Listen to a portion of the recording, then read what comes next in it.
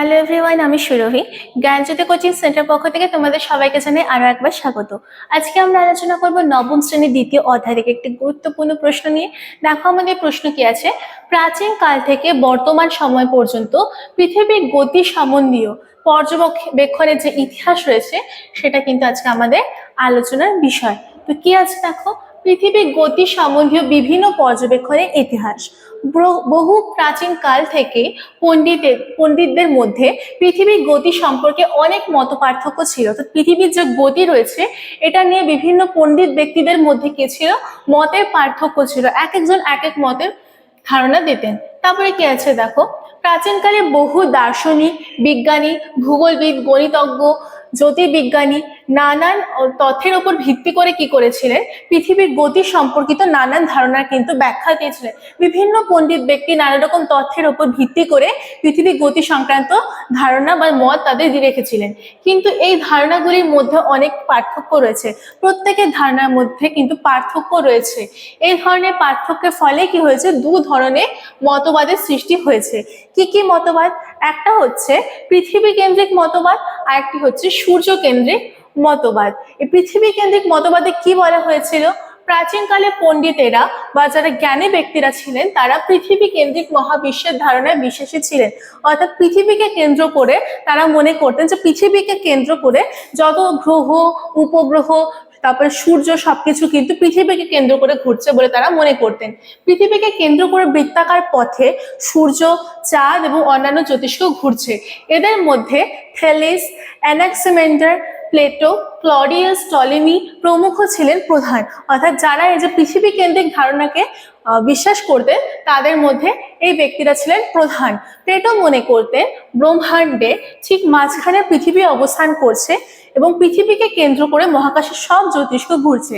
Plato কি মনে করতো, একদম মহাকাশে বা ব্রহ্মাণ্ডের মিডিলে একদম কেন্দ্রস্থানে কি রয়েছে, পৃথিবী রয়েছে এবং পৃথিবীকে কেন্দ্র করে যত জ্যোতিষ্ক, উপগ্রহ, গ্রহ, সূর্য সবকিছু ঘুরছে। তবে এই মতবাদ কিন্তু বর্তমানে ভুল প্রমাণিত হয়েছে। আর আরেকটি মতবাদ কি রয়েছে, সূর্য কেন্দ্রিক মতবাদ। এই মতবাদে আবার কি মনে করা হয়, সূর্যকে কেন্দ্র করে সব গ্রহ, উপগ্রহ, জ্যোতিষ্করা ঘুরছে। ঠিক আছে।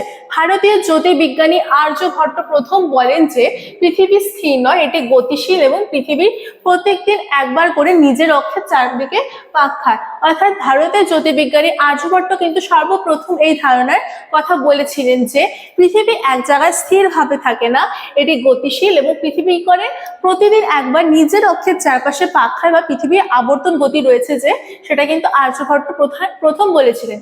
পরে নিকোলাস, কোপারনিকাস, ক্যাপলার, গ্যালিলিওর হাত ধরে কিন্তু এই যে মতবাদ, সূর্যকেন্দ্রিক মতবাদ, এটি প্রতিষ্ঠা পায়।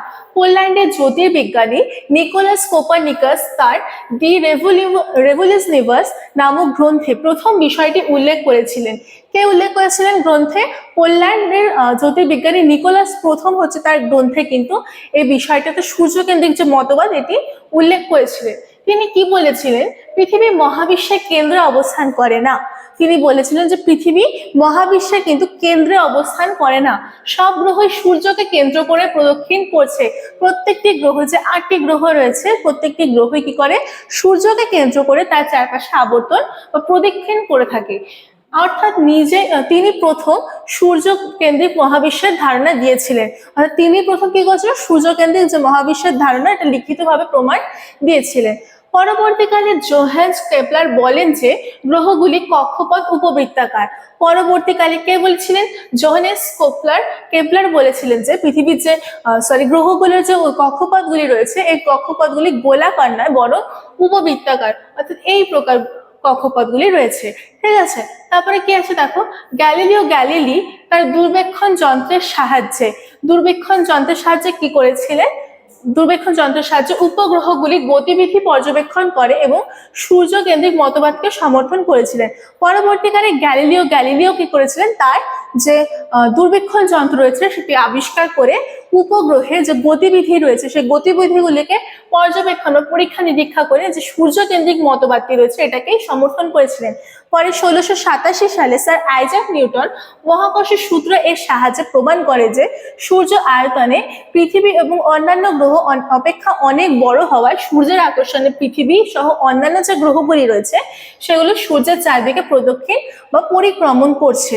ঠিক আছে, তো আইজাক নিউটন কি প্রমাণ করেছিলেন যে মহাকর্ষ সূত্রের সাহায্যে প্রমাণ করেছিলেন সূর্য বাকি গ্রহগুলোর তুলনায় কিন্তু অনেকটা বড় এবং সূর্যের আকর্ষণে কিন্তু যে সমস্ত গ্রহগুলি রয়েছে সৌরজগতে পৃথিবী সহ সবগুলো গ্রহ কিন্তু সূর্যকে তার আকর্ষণে প্রদক্ষিণ করতো বা করে। এডমন্ড হেলি ধূমকেতু পর্যবেক্ষণ করে বলেন যে পৃথিবী সূর্যের চারদিকে ঘুরছে।